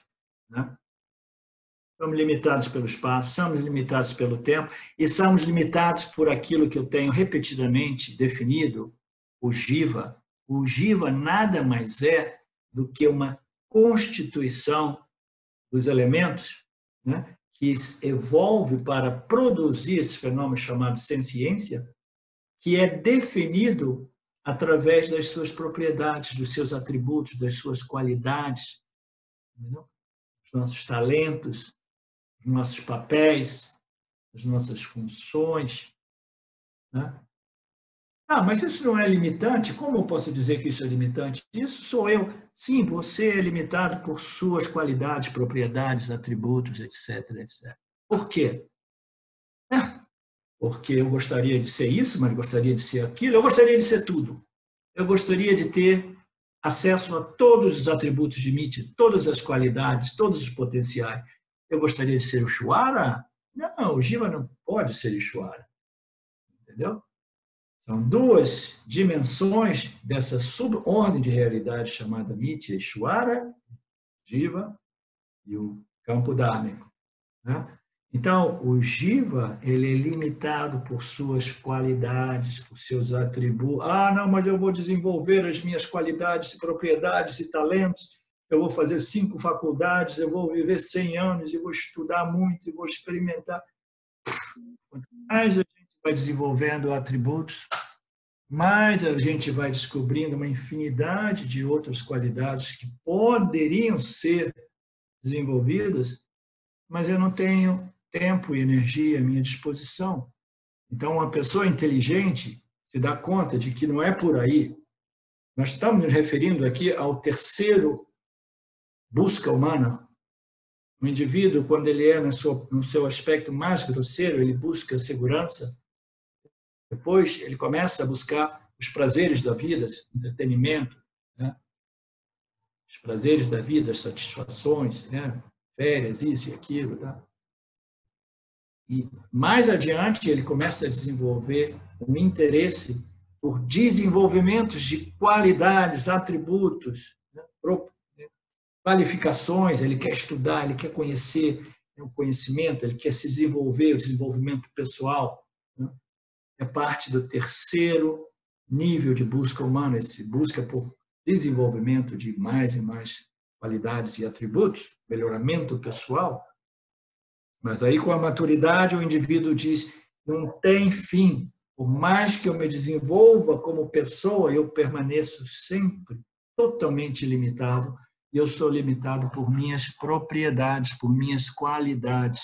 Elas me definem e elas me limitam, porque eu sou isso aqui, eu não posso ser. Aí eu olho para um outro cara, putz, aquele cara ali, ele é tão mais genial, muito mais inteligente, ele tem tanto mais cultura, tanto mais conhecimentos do que eu. Aí o que ocorre com o Gil? Ele não somente se sente limitado, mas ele se sente pequeno, inferior, inadequado, né? Então, existem 3 tipos de limitação: espaço, tempo e propriedade. A existência é consciente? Essa é uma questão aqui, né? O verso 35. Como a existência é toda pervasiva, o ser não é limitado. A existência é toda pervasiva. Cabe ressaltar ou lembrar que esse texto do Panchadasi, ele é intitulado como Análise da Existência, Investigação da Existência. É um trabalho muito único que você não encontra em outras fontes ou filosofias espirituais, religiosas. Análise da existência, pessoas analisam a consciência, mas analisar a existência é um estudo somente, né, daquilo que eu vi o Swami Paramarthananda mencionar. Eu não sou um estudioso que conhece diversas escolas de pensamentos espirituais e religiosos, okay? Mas a análise da existência, investigação, inquiry into existence, okay? Então a gente está analisando a existência, que, como nós sabemos, como nós já compreendemos, é um outro nome daquilo que nós chamamos de Chit, consciência. A natureza daquilo que nós somos é Sat, existência, Chit. Existência, consciência. Existência, consciência. Então, nós vamos fazer essa análise de tal modo que a gente compreenda o porquê a consciência é a existência e a existência é a consciência, e tanto a existência como a consciência são ilimitadas, purna. Okay? Essa é a proposta, o propósito principal desse manual do Vedanta chamado Panchadasi. Como a existência é toda pervasiva, isso nos dá já uma indicação que a existência, em outras palavras, a consciência é toda pervasiva e a existência é toda pervasiva. O que significa isso? Significa que não existe nada que não seja fundado, que não seja originado da existência por si própria. É a existência que permeia a existência de tudo que existe, de tudo que existe. É a existência, a nossa natureza, como o Brahman, é a existência, ela permeia a existência de tudo que existe, existe devido à minha existência, como Sat, aquilo que é e que aparece colorido por uma infinidade de nomes, cores e formas. Então, a existência é consciência? É consciente? Não, ela não é nem consciente, ela é a consciência. Como a existência é toda pervasiva, o ser não é limitado pelo espaço. Porque o ser é eterno, a existência é eterna. Ela não é limitada pelo tempo. Então, a existência, aquilo que existe, não é limitada pelo tempo, não é limitada pelo espaço, porque é essa existência que fornece existência maya, que fornece a existência a esse paradigma tempo-espaço, essa dimensão tempo-espaço. Tempo e espaço são fenômenos que desfrutam de uma existência que é originada dessa existência, que é toda pervasiva, que é o substrato da existência de tudo que existe, inclusive a existência de tempo e espaço. Tempo e espaço são objetos extremamente sutis. O espaço é extremamente sutil como o nosso elemento primário, a partir do qual o ar, todos os outros elementos se desdobram, né? Então, a existência de tudo é uma existência dependente, é uma existência emprestada daquilo que nós somos como Satchitananda, a existência. Existe somente uma existência, ela é não dual. Se a gente começar a dizer que não é bem assim, porque a existência do meu telefone é diferente da existência do meu mouse, né? Aí a gente vai dizer assim, será que a existência é realmente diferente de um e do outro?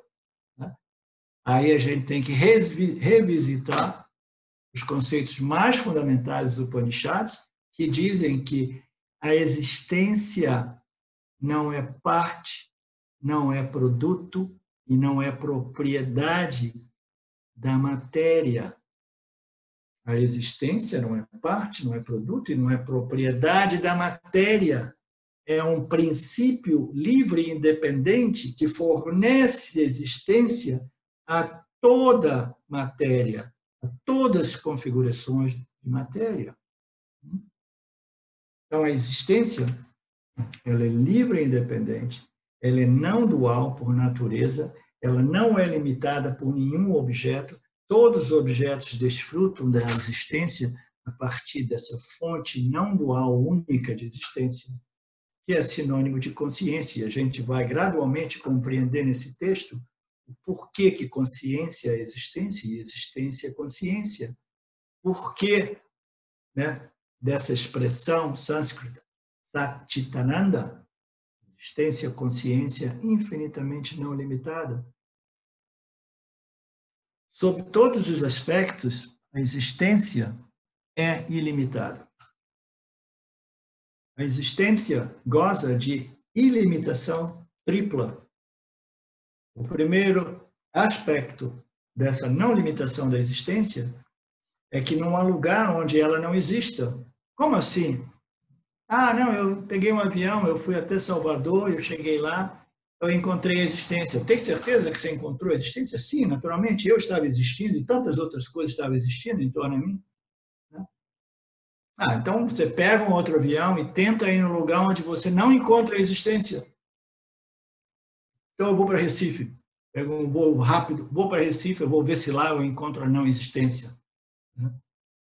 Aí quando eu chego lá, a existência, eu existo e tantos outros objetos existem, não existe onde nós não encontramos a existência, ela é não dual, ela goza de ilimitação.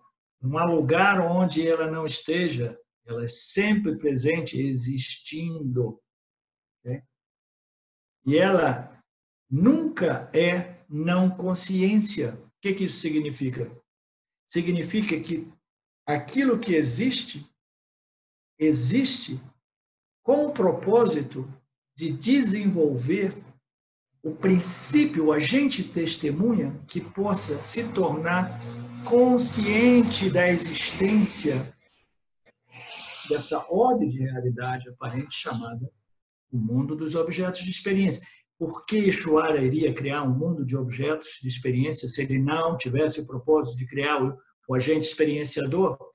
Então, tudo que existe a partir da existência, a partir da consciência, constituído pela consciência, e os indivíduos jivas são os agentes com esse aparato refletor que os permitem de experimentar, experienciar e conhecer. Portanto, essa existência, por natureza, ela é sempre consciência, ela é naturalmente a consciência.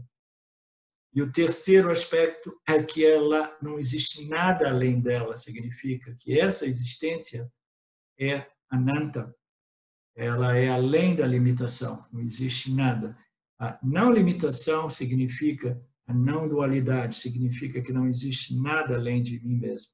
Existe somente um ser, existe somente um Brahman, existe somente uma existência, existe somente uma consciência, aparecendo como uma infinidade de nomes, cores, formas.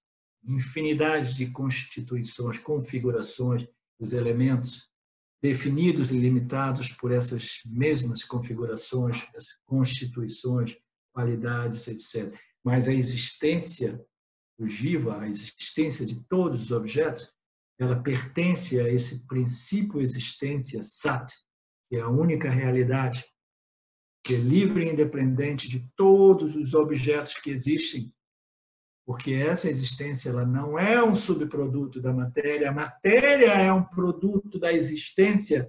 Toda vez que Maya entra em operação, ele projeta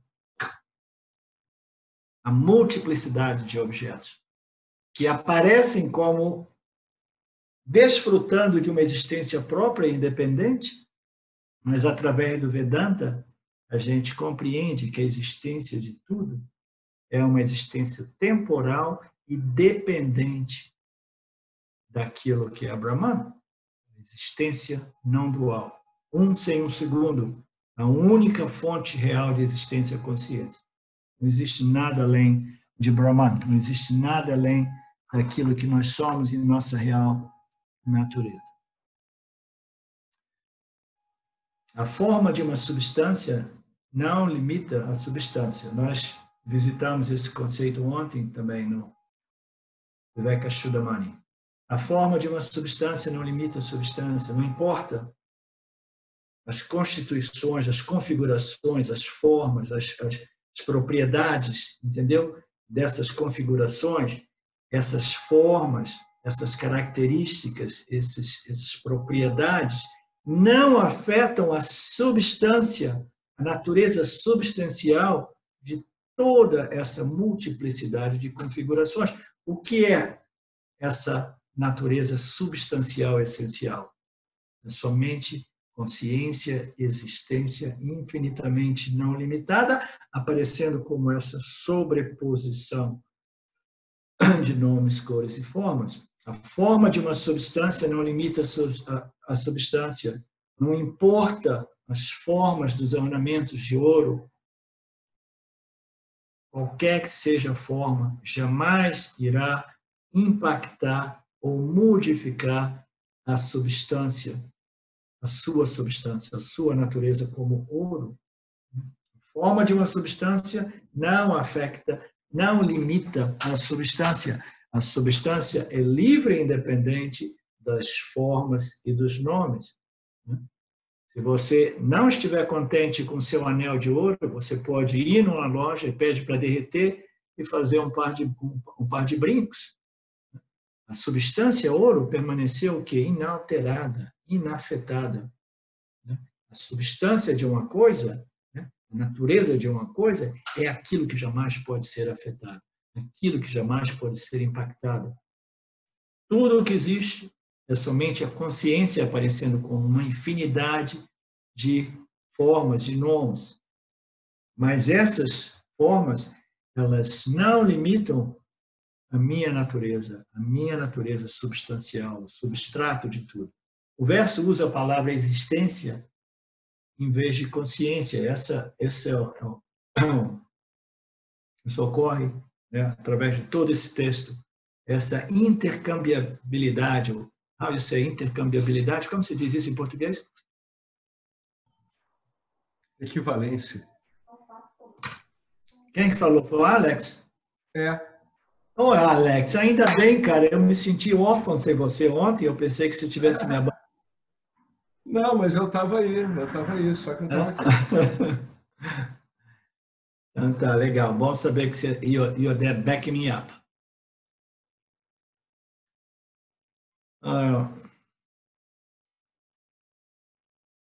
A existência, o verso usa essa palavra existência em vez de consciência, porque não acreditamos que existência seja consciência. A gente tem dificuldade de equalizar, identificar esse sinônimo entre consciência e existência. Okay? E esse texto do Panchadasi vai resolver essa questão. Nós temos dificuldade de acreditar que a existência seja idêntica à consciência. A identidade entre a existência e a consciência já foi estabelecida em alguns versos anteriores, mas ela vai precisar de ser reforçada de novo e de novo, até que a gente compreenda esse Mahavakya, que se refere à natureza de Brahman, se chama Sat Chit, existência, consciência infinitamente não limitada. Sat Chitananda. A identidade entre existência e consciência já foi estabelecida. Se a existência é não limitada, não pode ser outra coisa senão consciência, porque a consciência é o único princípio ilimitado, é o único princípio substrato de tudo. Então, se a gente, através de uma análise, a gente chega à conclusão lógica de que a existência ela é toda pervasiva, que ela existe sempre, tudo que existe, existe a partir dessa existência. A existência é a única realidade, nesse sentido, e é ilimitada, e a gente sabe que existe somente um princípio ilimitado, esse princípio é chamado Brahman, e ele é muito bem descrito como Sat Chit, infinitamente não limitado. Então, se a gente encontra um princípio chamado existência e a gente, através de uma análise lógica, a gente estabelece a não limitação na existência e a gente estabelece a não limitação na consciência, então a gente chega à conclusão que a consciência e a existência são somente sinônimos, okay? Porque existe somente um princípio ilimitado e esse princípio ilimitado é Sat-Chit, existência e consciência, como dois lados da mesma moeda.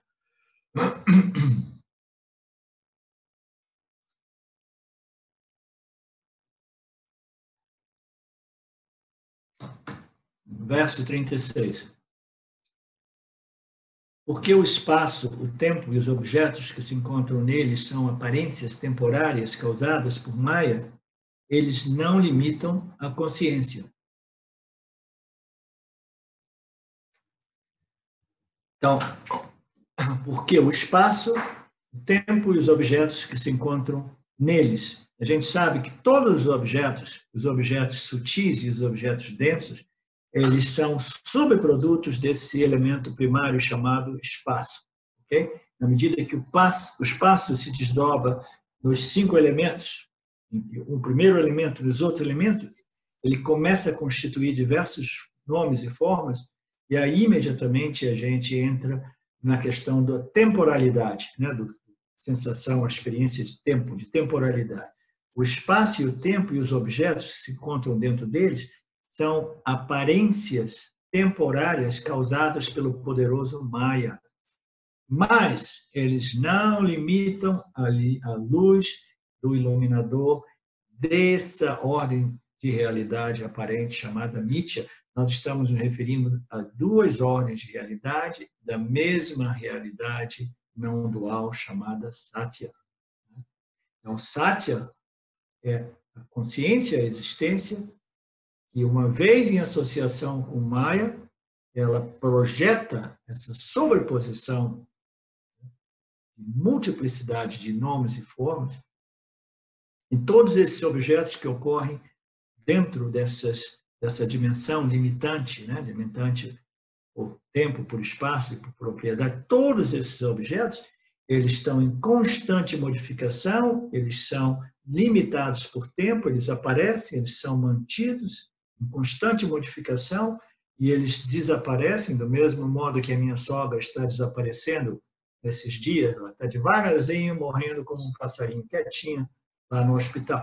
Todos esses corpos, todos esses objetos, eles são limitados pelo tempo, mas tudo isso ocorre sem impactar e sem limitar Satya, a consciência e a existência. Por quê?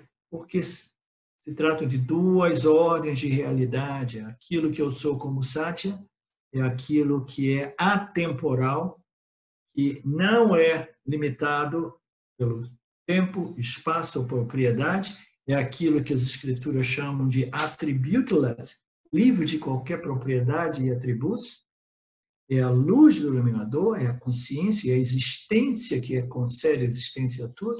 Essa existência ela permanece absolutamente livre e independente de todos esses objetos cuja natureza é a limitação. Então a gente imaginaria, nossa, mas se você pega o cosmos, que é constituído por objetos que, por definição, são limitados, e você sobrepõe esses objetos na consciência, tanto objeto limitante, de repente, irá limitar a consciência. Aí os Upanishads vêm e dizem, não. Você pode colocar todos os universos juntos, projetá-los todos nessa consciência e existência. Isso jamais irá impactar e limitar a consciência. Por quê? Porque se trata de duas ordens de realidades que não se obstaculizam. Satya desfruta de duas ordens de realidade. Satya é a consciência, o sujeito absoluto, que desfruta de uma segunda ou de uma sub-ordem de realidade chamada Mithya. Mas essa ordem de realidade secundária, ela é uma ordem aparente. Ela não é real. Então, existe somente Satya.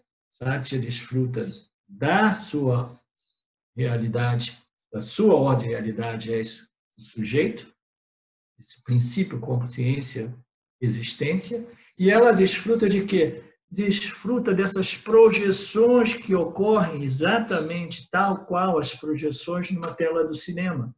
Imagine uma tela do cinema que desfruta, né, dessa equanimidade, dessa paz, dessa tranquilidade. Aí, de vez em quando, tem um projetor que começa a projetar um monte de formas, né, e atividades e ações, né, uma história, sangue, mortes, né, vai rolar de tudo. E ainda assim, essa tela do cinema permanece livre e independente. Quando acaba o filme, você vai lá ver, não é possível, eu vou encontrar algumas gotinhas de sangue, porque esse foi um filme muito violento. Chegou até um pouco de sangue, chegou aqui na minha camisa, que espirrou o filme para mim. Você vai lá na tela, vai ver a tela, e a tela é absolutamente livre de qualquer impacto. Nada realmente, né, foi projetado impactantemente, que tenha impactado, manchado, marcado, alterado a consciência. A consciência permanece livre e independente. Todas essas constituições, esses objetos mítias que são limitantes, eles não conseguem limitar aquilo, porque aquilo que nós somos pertence a essa ordem de realidade absoluta chamada Satya. A gente está dormindo de noite e no nosso sono a gente sonha com um dia maravilhoso de sol, né, de praia, uma luz enorme, né, uma satisfação enorme, e eu estou lá curtindo aquela luz e o mar, etc, etc. Mas eu estou dormindo no meio da noite e não existe nenhuma luz no meu quarto escuro. Então, será que a luz do meu sonho, ela consegue iluminar a escuridão do meu quarto escuro? Não? Nós estamos lidando com duas ordens de realidade. Né? Aquela de Ishvara, né, que projeta o Jiva no estado de sono profundo, e uma outra ordem de realidade, que é a realidade subjetiva do Jiva, que projeta o mundo dos objetos do sonho. No meu sonho existe o sol maravilhoso que me aquece, né? Mas nessa outra ordem de realidade tem uma escuridão total e um frio de inverno da Suíça que eu estou todo coberto. Então, a luz do sol do meu mundo dos sonhos, ela não impacta a escuridão e o frio do meu quarto, porque elas pertencem a duas ordens de realidades, da mesma ordem de realidade. A única realidade é Satya, o sujeito, a consciência, a existência, na qual essa ordem de realidade aparente é projetada. né?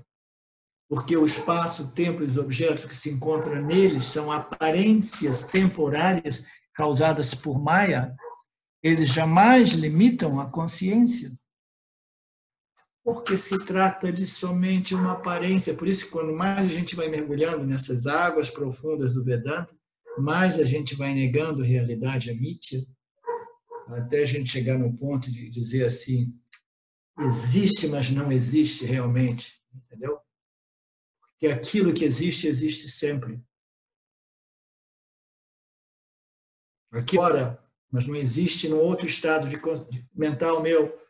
Existe após o meu nascimento e deixa de existir após a minha morte, entendeu? Aquilo que aparece passa por um processo de envelhecimento, de deterioração, esquece aquela palavra. Tudo isso que aparece e desaparece não pode ser realmente real. Porque aquilo que é sat, aquilo que é real, é aquilo que existe sempre. E aquilo que existe sempre é aquilo que jamais pode ser rejeitado ou negado, porque a luz do iluminador que ilumina e revela tudo aquilo que é limitante, tudo aquilo que é temporal, tudo aquilo que é proveniente do espaço e que existe, mas não existe. Por que existe e não existe? Porque existe em constante modificação e ele existe agora, não existia antes e não existirá depois. Então, aquilo que não existia antes e não existirá depois e que existe em constante modificação não pode ser realmente existência. Existência é aquilo que existe sempre. Mas a gente não precisa chegar nesse radicalismo do Vedanta e chutar o balde da existência de mithya, porque a gente precisa de mithya para a gente fazer esse trabalho espiritual, desenvolver essa capacidade intelectual até que a gente compreenda a irrealidade de mithya e a realidade daquilo que é a única coisa real, que é Satya, Satchitananda, nossa existência, nossa consciência, nossa natureza.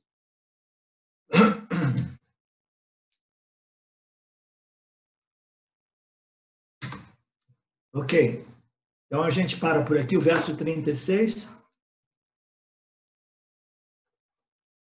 E se alguém quiser fazer alguma pergunta, alguma questão, alguma dúvida, alguma reclamação, esse é o momento.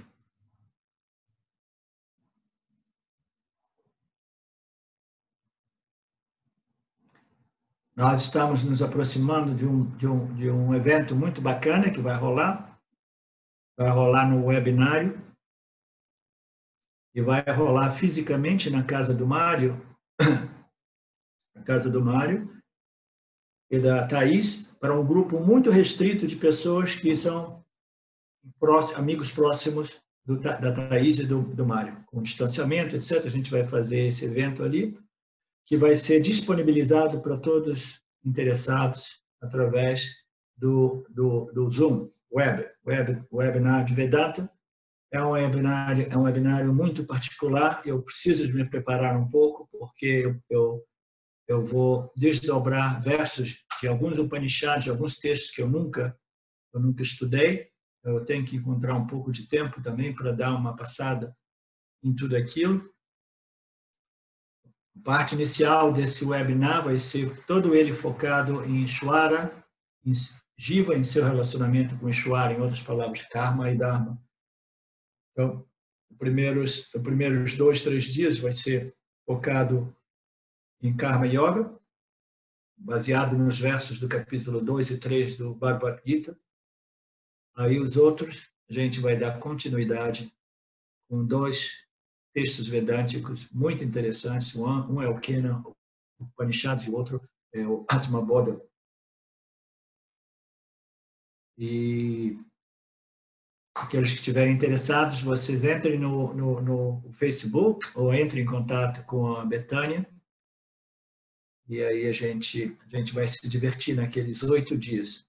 A estrutura vão ser 2 finais de semana com uma ponte de sessões noturnas, né, das 8 às 9h30, para aqueles mais fanáticos.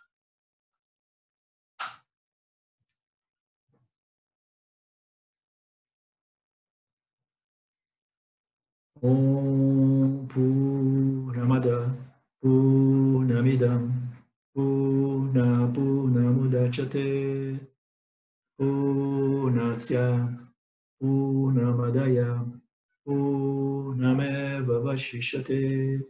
Om Shanti Shanti Shanti. Thank you, Lord. Thank you, everybody. Obrigado a todos vocês.